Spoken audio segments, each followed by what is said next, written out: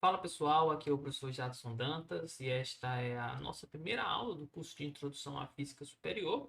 E o público-alvo deste curso é você que está nos primeiros semestres da faculdade de algum curso de exatas ou que pretende cursar um curso como este, certo? Nosso curso será formado por aulas rápidas sobre os principais temas aí, conteúdos abordados nos primeiros semestres da maioria das universidades aqui no Brasil, tanto do ponto de vista de física quanto também de cálculo. Então, se você vai entrar em alguma faculdade de exatos ou já é estudante dos primeiros semestres aí, não deixe de conferir esse curso 100% gratuito. Inscreva-se aqui no canal para ficar por dentro de todas as novidades e ative as notificações, porque eu vou estar postando episódios desse curso aqui esporadicamente. O índice de reprovação nos primeiros semestres aí das faculdades de exatas são alarmantes, muita gente reprova, né? E eu acredito que materiais como este aqui podem ajudar a amenizar estes números, então não deixem de compartilhar com seus amigos que estão precisando. Agora, vamos nessa, vamos para a nossa primeira aula, que é sobre vetores. Quando a gente está falando aqui de física em nível superior, a maior parte dos alunos tem uma grande dificuldade nesse primeiro contato devido à notação vetorial. A aula de hoje a gente vai aprender o que é um vetor do ponto de vista físico e quais são as propriedades de um vetor. Então é o seguinte, por que os vetores são necessários na física? Para ilustrar essa situação, vamos aqui falar duas afirmações. A primeira é: a temperatura do meu corpo é 37 graus Celsius. E a outra afirmação é: o carro está a 50 metros de mim. Pense comigo. A temperatura do meu corpo ser 37 graus Celsius é uma informação completa. Não há mais nada que eu possa dizer a respeito da temperatura do meu corpo. Por outro lado, se eu disser o carro está a 50 metros de mim, você consegue localizar aonde está esse carro? Não consegue, porque ele pode estar aqui na minha frente, do meu lado direito, do meu lado esquerdo, em cima de mim, embaixo de mim. Pode estar em qualquer direção, em qualquer sentido. Note que as duas informações possuem um número e uma unidade: 37 graus Celsius, 50 metros. Mas, mesmo com o mesmo número de informações, um número e uma unidade, a gente chama módulo, um módulo e uma unidade. Essas informações estão completas quando a gente fala da temperatura e incompleta quando a gente fala da posição do carro. Então, o que a gente precisa é de uma direção e um sentido para localizar esse carro. Porque se eu disser o carro está a 50 metros de mim, na horizontal da esquerda para a direita, agora sim você consegue visualizar onde esse carro está, claro, usando como referência a minha pessoa. Isso porque a posição é uma grandeza vetorial, ou seja, ela precisa de módulo, direção, sentido e unidade. Já a temperatura é uma grandeza escalar, ela só precisa de módulo e unidade. Então, por que, que nós utilizamos vetores na física? Porque algumas grandezas não são totalmente descritas somente com um módulo e uma unidade. Elas precisam de direção e sentido. E por isso que nós utilizamos vetores na física. Mas o que é um vetor do ponto de vista físico? Vamos usar uma interpretação geométrica aqui dos vetores e dizer que um vetor é um segmento de reta orientado.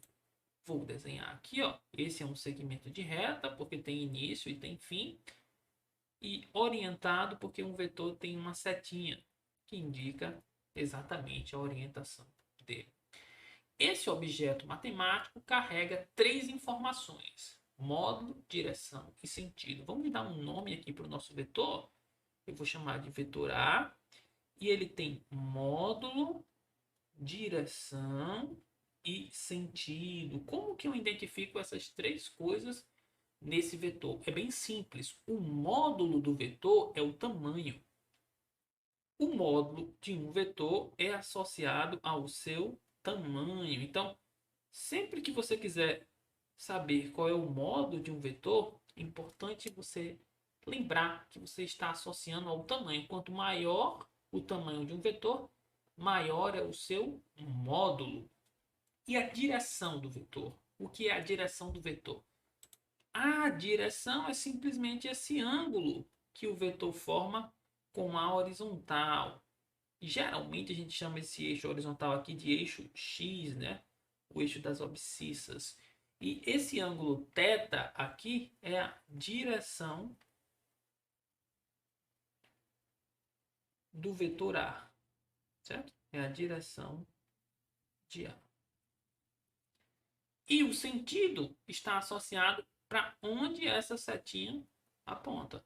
Geralmente isso aqui a gente já coloca para cima sentido positivo, para baixo sentido negativo. Claro que isso é relativo, depende do referencial. Então, ó, revisando, o módulo de um vetor está associado ao seu tamanho, certo? Se eu desenhasse outro vetor aqui, ó, esse é o vetor B. Deixa eu desenhar mais bonitinho aqui, ó, o vetor B. Qual que tem o maior módulo? O vetor A ou o vetor B?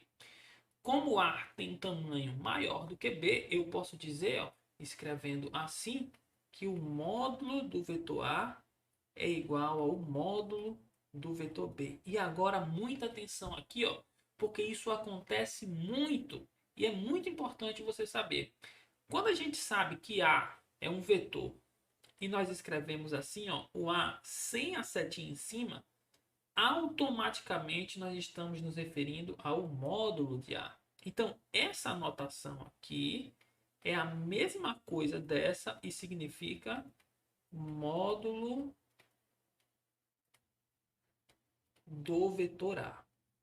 É a mesma coisa. Então, tanto faz eu escrever o vetor A entre barras ou A sem a setinha em cima. Em ambos os casos, eu estou me referindo ao módulo. Então, eu posso dizer aqui, ó, que o módulo de A é maior, botei igual aqui, né? Mas é maior que o módulo de B. Tranquilo? Veja, a direção de A também é diferente da direção de B. Qual a direção de B? O θ de B, né? Vou chamar aqui, ó, vou chamar de alfa, já essa direção é 0 graus.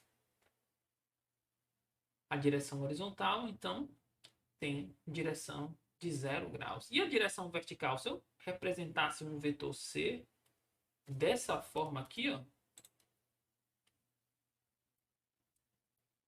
esse seria o vetor C. Qual seria a direção dele? A direção dele seria 90 graus. Vamos chamar aqui de θ. Θ igual a 90 graus. Então, os vetores que estão na vertical têm direção de 90 graus. Os vetores que estão na horizontal têm direção de 0 graus. Perfeito? E quando é que um vetor A é igual a um vetor B?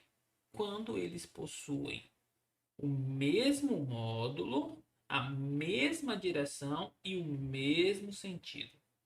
Digamos, ó, que eu pegue esses dois vetores aqui. Vamos lá, vamos desenhar esses dois vetores. Ó, esse é o vetor A. Esse aqui, o A já está ali, né? Vamos dar outro nome para esse, certo? Esse é o vetor C. E esse daqui, ó, vou fazer copy dele aqui.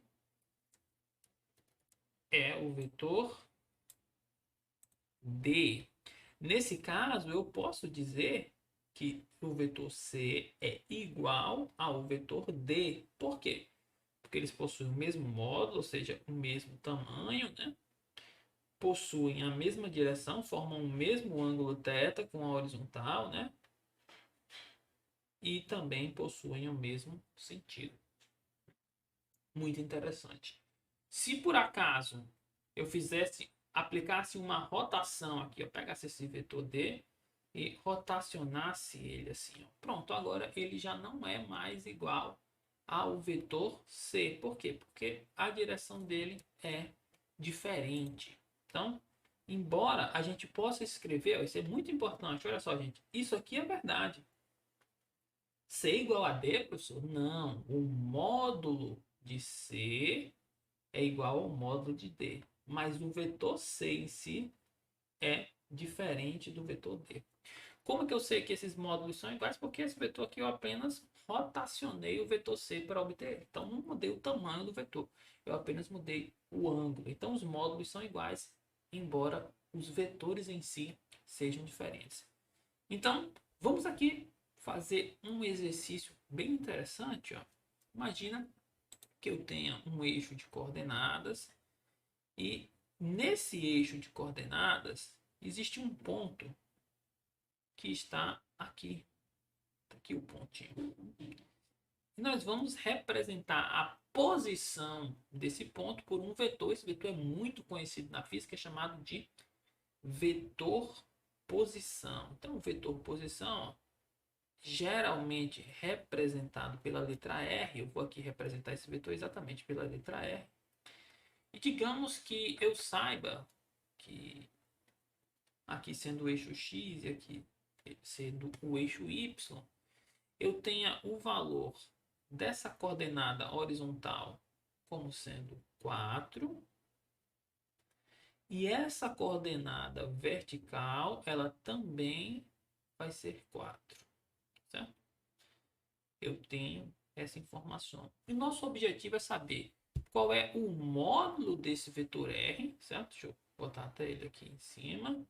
O módulo desse vetor R e qual a sua direção. Veja bem, o módulo de R, que também pode ser escrito como R sem a setinha, é o tamanho. Qual é o tamanho desse segmento de reta? Ora, a gente pode utilizar aqui o teorema de Pitágoras, né? Ó, aqui é 4, aqui é 4, e esse aqui é o módulo de R. Né? Então, ó, como é que a gente calcula isso? O teorema de Pitágoras diz o quadrado da hipotenusa R ao quadrado é igual à soma dos quadrados dos catetos, ou seja, 4 ao quadrado mais 4 ao quadrado. Portanto, o R, né, tirando a raiz dos dois lados, ó, 4 ao quadrado mais 4 ao quadrado, é 2 vezes 4 ao quadrado, tirando a raiz disso fica 4 raiz de 2. Esse é o módulo do vetor posição. Digamos ó, que aqui tivesse em metros e aqui em metros. Então, isso aqui seria 4 raiz de 2 metros. A gente vai falar um pouco mais sobre o vetor posição. O foco aqui é a gente calcular o módulo deste vetor. E aí, qual é a direção desse vetor? É esse ângulo θ aqui. Ó.